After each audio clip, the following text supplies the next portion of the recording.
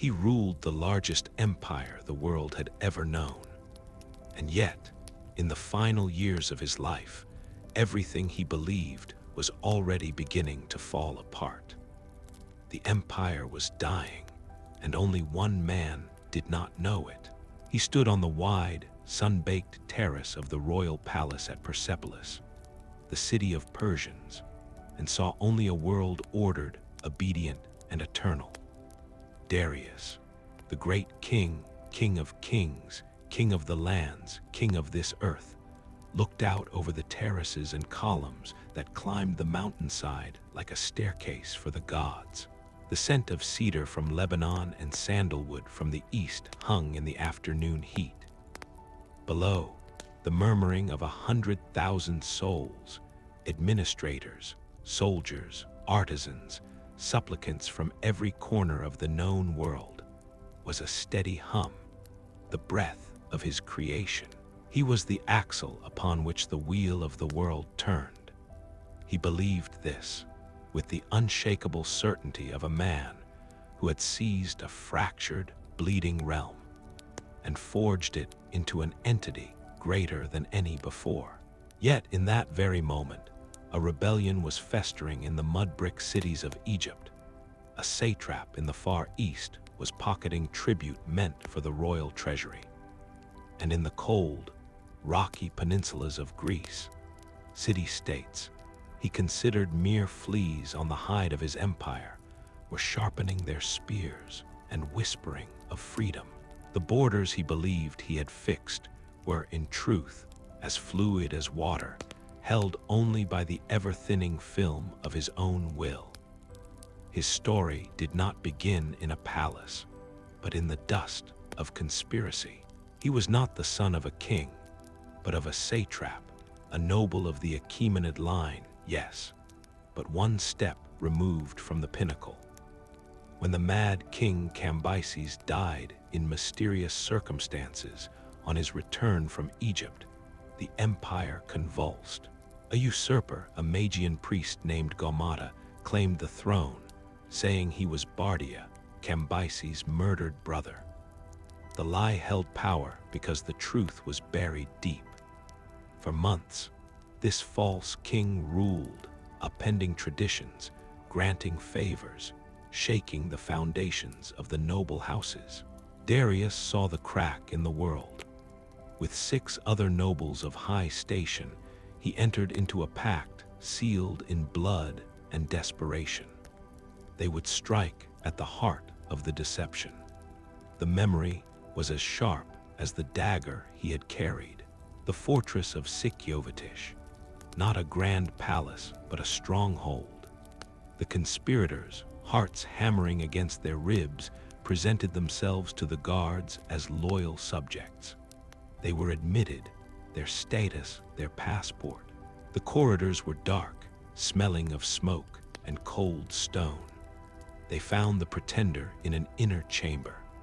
The man who called himself Bardia looked up, and in his eyes, Darius saw not the arrogance of royalty, but the frantic gleam of a cornered actor. There were no grand speeches. Steel flashed in the lamplight. It was not a battle, but an execution, swift and messy. As the pretender fell, the world held its breath. In the sudden, ringing silence, the 7 men stood over the body, their magnificent robes spattered with blood. They had killed a king, or the ghost of one. Now they had to create a new one. They decided by the neighing of a horse, so the legends would later claim, but the decision had been made long before in whispered conversations. Darius was chosen. He was the mind, the iron will. They placed the royal circlet on his brow, still warm from the dead man's head. He was 28 years old, and the empire he inherited was a phantom, its legitimacy slain on the floor beside the corpse. The first years were a firestorm. The killing of the pretender did not bring order. It was the signal for every province, every tribe with a grievance or an ambition to raise its own banner. rebellion erupted not in one land, but in 9. Babylon declared a king.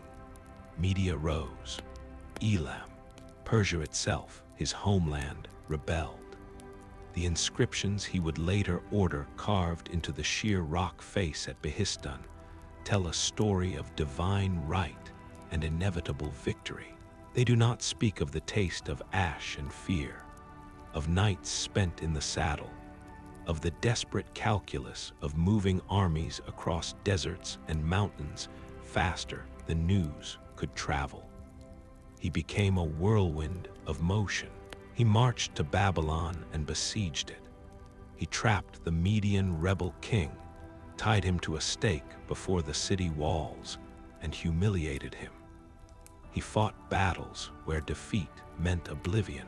He won not merely through force, but through a chilling, pragmatic understanding of men. He offered mercy to the common soldier, utter destruction to the rebel leader. He would crucify one city's nobles and restore the temples of another. He was not just conquering. He was performing a lesson in power, teaching the world the cost of disobedience. And when the last rebel stronghold fell and the heads of the 9 lying kings were presented to him, Darius did not simply rest. He began to build. His genius was not that of a mere warrior, but of a systems architect. He looked at the sprawling, chaotic mass of lands from the Indus River to the Aegean Sea, from the steppes of Scythia to the cataracts of the Nile, and saw not an empire, but a machine. It needed a heartbeat. He gave it the royal road, a highway of crushed stone and packed earth, over 2,500 kilometers long, from the glittering capital of Susa to the shores of Anatolia. Along it, royal couriers riding day and night could change horses at way stations and bring a message from one end of the empire to the other in a week. The world had never known such speed of communication. He standardized coinage. The golden daric, bearing the image of the royal archer, became the trusted currency from marketplace to marketplace. He divided the empire into satrapies, each governed by a trusted man, but with a royal secretary and a military commander to watch him, and the king's eyes, his spies, to listen. He tolerated local gods and customs, demanding only tribute, soldiers, and obedience. He dug a canal from the Nile to the Red Sea, a project so audacious it would not be matched for millennia. He was building a world where a decree issued in Persepolis would be law in the oases of Libya and the valleys of Bactria. Yet, for all his engineering, he could not engineer the human soul. His borders were lines on a map, stories told by travelers. To the north, the Scythians, horse lords of the endless grass, laughed at his borders. He marched an immense army against them, a force that should have crushed any kingdom. But the Scythians refused to fight. They melted into the steppe, leading his army on a maddening chase, poisoning wells, picking off stragglers. They fought a war of earth and sky, not of men and walls. Darius, the master of systems, found himself lost in a trackless sea. He turned back, the taste of failure sour in his mouth. It was his first lesson that some borders are drawn by wind and will, not by kings. Then came the Greeks, a minor disturbance on the western fringe. The Ionian cities, Greek colonies under his rule, rebelled, aided by ships from Athens and Eretria. He crushed the revolt with terrible finality, but the insult festered. These upstart Greeks had dared to touch his empire. He vowed punishment. A first expedition, led by his general, met disaster at Marathon. The bronze-clad hoplites of Athens broke the Persian line on the coastal plain. A runner brought the news to Darius, not via the royal road, but on a desperate ship across the sea. The King of Kings had been struck by a gnat. His rage was monumental. For 3 years, he planned a retaliation of unimaginable scale, a fleet of 1,000 ships, an army drawn from every nation under his command, a force to erase the very name of Athens from history. He would lead it himself. He would cross into Europe and teach the Greeks the meaning of the word king. But the empire, his magnificent machine, was also his cage. As he prepared for this ultimate demonstration of his power, the gears of his creation groaned. Egypt rebelled again, a serious, costly distraction. In his own court, the whispers began. He was no longer the young conspirator, swift and decisive. He was a man past 60 winters, his body slowing, his sons, Xerxes, Artabaxerxes, and others, already circling, their factions forming like storms on the horizon. The Greek expedition was not just a war.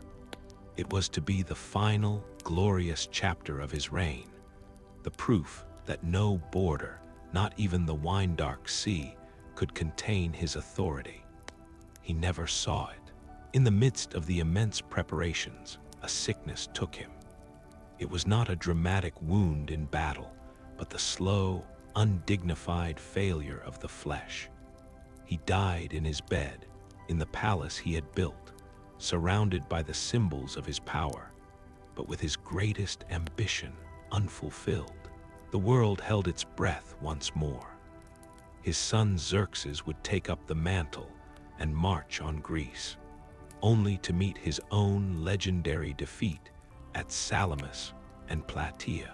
The machine Darius built would continue, but the driving will, the central processing mind, was gone. On that terrace at Persepolis, in the sun of a forgotten afternoon, Darius had seen an illusion of permanence. He had tried to build borders of stone, of law, of money, and of road.